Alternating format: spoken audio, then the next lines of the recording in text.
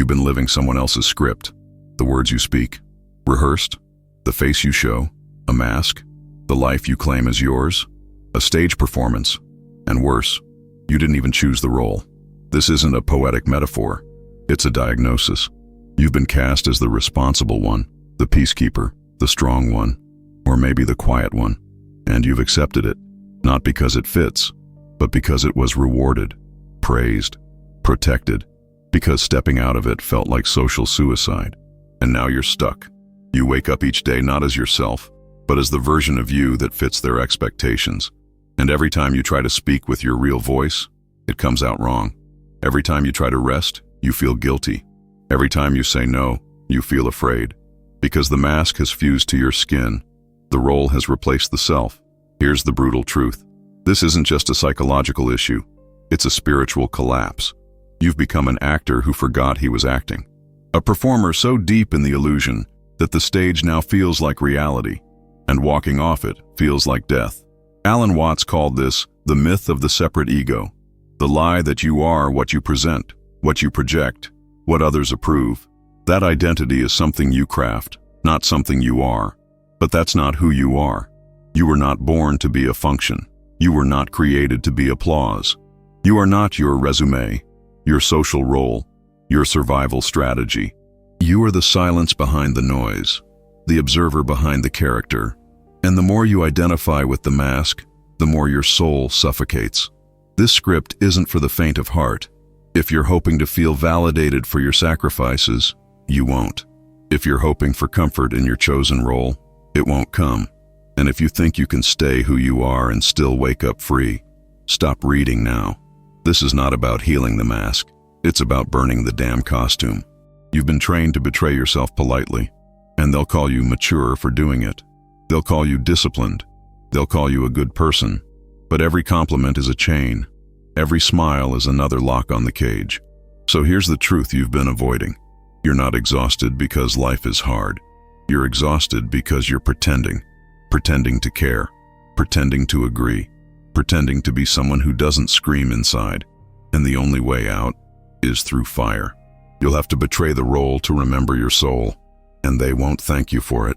You were cast into a play the moment you were born. The stage was built long before you arrived. The lights were already pointed, the audience already seated, and before you could speak your first words, the script was handed to you. Silent, but binding.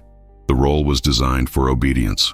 Your job, play along, smile when you're told, work when you're ordered, feel only what's acceptable, suppress what isn't. The metaphor isn't decorative, it's surgical. Life, as most people live it, is theater. Not artful theater, not honest performance, but a forced ritual, a mass illusion where everyone plays roles they didn't choose and punishes those who refuse to act. And the deeper tragedy? You internalized it. You began to believe the role was you. Alan Watts saw this with brutal clarity. In his lectures, he dismantled the myth of the fixed identity, this idea that we are isolated egos behind our faces, moving through life as defined, separate selves. He said, "You are not a stranger in this world. You didn't come into it, you came out of it, like a wave from the ocean. But you've been taught the opposite. You've been taught to see yourself as a discrete, polished product, a name, a job title, a list of virtues. You've been conditioned to look at your reflection not as a mystery unfolding, but as a product to be optimized, decorated, sold. And every time your soul tried to scream, they told you to be professional, to be realistic, to get over it. You weren't being guided, you were being molded." Watts warned us about this. He said the tragedy of the human condition is not that we suffer, but that we mistake the suffering for identity, that we begin to see the performance as real and cling to it, even as it burns us from the inside. Think about it. Why do you feel guilty for resting? Why do you panic when people disapprove? Why do you say yes when your entire body says no? Because the role demands it, and you believe your worth is the role. You confuse being liked with being safe. You confuse being useful with being loved. You confuse staying silent with being wise. But those are lies. Lies with social rewards and spiritual costs. Watts compares this to playing a musical instrument. He says we've confused the purpose of life with hitting the right notes. But music isn't about the notes. It's about the rhythm, the dance, the play. Life isn't a series of checkboxes. It's a process of being. But roles don't allow being. They demand acting, repetition, rehearsal, predictability. So what happens when your soul, the part of you that isn't performing, starts to rot in the costume? You feel numb. You start forgetting what joy felt like. You start mistaking efficiency for purpose. You become a manager of your image, a curator of behavior, instead of a living, present, chaotic, full human being. Watts warns that when you live this way, you split in two. There's the actor, saying the lines, nodding in meetings, playing the game. And then there's the witness, locked behind the eyes, screaming for release. And here's the brutal paradox. The world likes the actor. They reward the mask. They promote it, date it, applaud it, elevate it. But the actor is hollow. Every compliment you receive while wearing the mask is an insult to the soul behind it. They love the character, not you. So you keep performing. Because the applause is addictive. Because silence feels like death. Because freedom, actual, raw, unmasked freedom, feels like annihilation to someone who's only known captivity. But Watts flips the lens.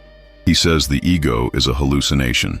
The role you play, the self-image you guard, is just a ripple in the mind, not the essence of you. The essence is what you were before they named you, before they ranked you, before they taught you to behave. And if that's true, then the path to freedom isn't polishing the mask.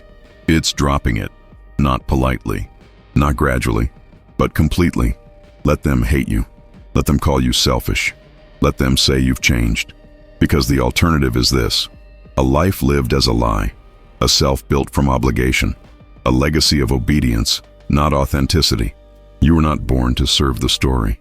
You were born to question the script. And that will cost you. You will lose relationships. You will lose jobs. You will lose certainty. But in return, you gain yourself, not the version of you they tolerate, not the version of you they invented, but the one who exists even in the dark, even in silence, even when no one's watching. That self doesn't need approval.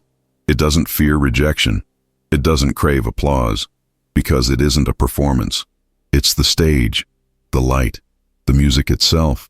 You've been playing roles that aren't yours, because they made you believe that survival depends on it, that being liked is more important than being real, that the role is safer than the truth. But Watts didn't preach safety. He preached return to chaos, to uncertainty, to the rhythm of a life unperformed. You want to heal? Then stop acting. Start being. And if you've forgotten how, good. Now we begin. You want to know how this sickness shows up? Look in the mirror. Look at how tense your body gets in a room full of people. Look at how you adjust your tone based on who you're talking to. Watch how often you say yes when you mean no. How often you apologize for having needs. How often you smile out of fear, not joy. You scroll through your phone and every post is curated. You speak in job interviews and every sentence is rehearsed. You spend more time managing impressions than actually living. You're a brand, a product, a clean package of traits and credentials you hope the world will find acceptable. At work, you play the competent one. At home, you play the stable one. With friends, you play the agreeable one. And when you're alone, you collapse. You stare at the wall, numb, confused, exhausted, because you've spent the whole day wearing masks that don't fit. That's why your joy feels fake. That's why your victories feel hollow. That's why you never feel rested, because even your rest is part of the performance. But here's the core. The problem isn't exhaustion. It's inauthenticity. You're not tired from working too hard. You're tired from lying. Constantly, quietly, strategically. And the worst part? They reward you for it. They say, you're so mature, so strong, so disciplined. They hand you medals for self-erasure, and you thank them. So you try to fix it the way you've been taught. With self-care, therapy speak, and journaling. You meditate, but still lie. You go to therapy, but censor yourself. You journal, but only write what's safe, because even your healing is filtered through the mask. You're trying to recover without being real. You want relief, but not risk. That's why the standard advice doesn't work, because it assumes you're already living as yourself, just slightly broken. But you're not broken. You're buried. The role is intact. The performance is flawless. And until that dies, no strategy will save you. You don't need more balance. You need rebellion. So start here. Destroy the pattern. When you feel that tension rise, that impulse to please, to explain, to shrink, stop. Say less. Let silence do the bleeding. Say no, without a reason. Let your face relax. Let your voice drop. Speak from the body, not the script. You'll feel danger, shame, guilt. But that's just the mask suffocating. Let it. Then build your routine like armor, not comfort. No more passive rituals, no more vague affirmations. You need structure forged from defiance. Wake up early, not to be productive, but to reclaim your time. Sit in silence, not to feel peace, but to feel you. Move your body, not to sculpt it, but to remember it's yours. Speak one sentence per day that scares you. Write something you'd never post. Tell one truth that costs you something. These are not suggestions. These are requirements. Freedom doesn't arrive. It's claimed. In blood, in sweat, in awkward moments that make your stomach twist. That's the currency of a life that's yours again. But the enemy isn't just internal. It's external, systemic. The world is designed to reward roles and punish authenticity. Your job might depend on you being palatable. Your relationships might depend on you staying small. Your safety might depend on you pretending. That's why every step out feels like betrayal. Because it is. To break free, you will clash with virtu and fortuna, the forces Machiavelli named in his brutal philosophy. Virtu is your inner force, the will to shape your world. Fortuna is chaos, the external, the unpredictable, the storm, and they will always collide. But most people only bow to fortuna. They call it fate. They adapt. They survive. They become what the world allows. But Watts, and Machiavelli in his own savage way, says no. You must confront fortuna with virtu, not with passivity, not with optimism, with calculated force, with creative violence. You do not find yourself. You make yourself against resistance, and the world will resist. They'll tell you to be patient, to be civil, to compromise. But what they mean is, keep playing the role that makes me comfortable. They don't want your truth. They want your performance.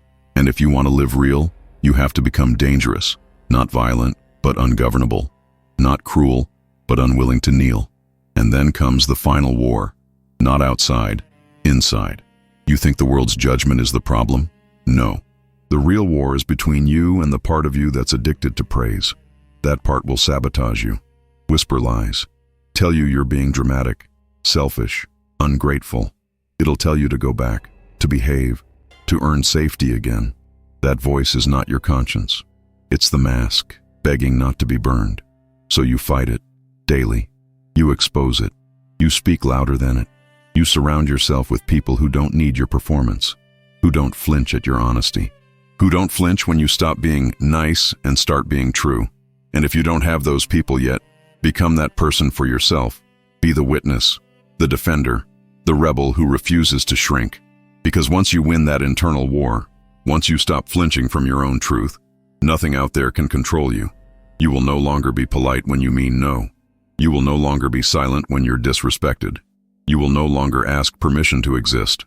And that, not a quote, not a mantra, not a morning routine, is how you finally become who you were before they trained you.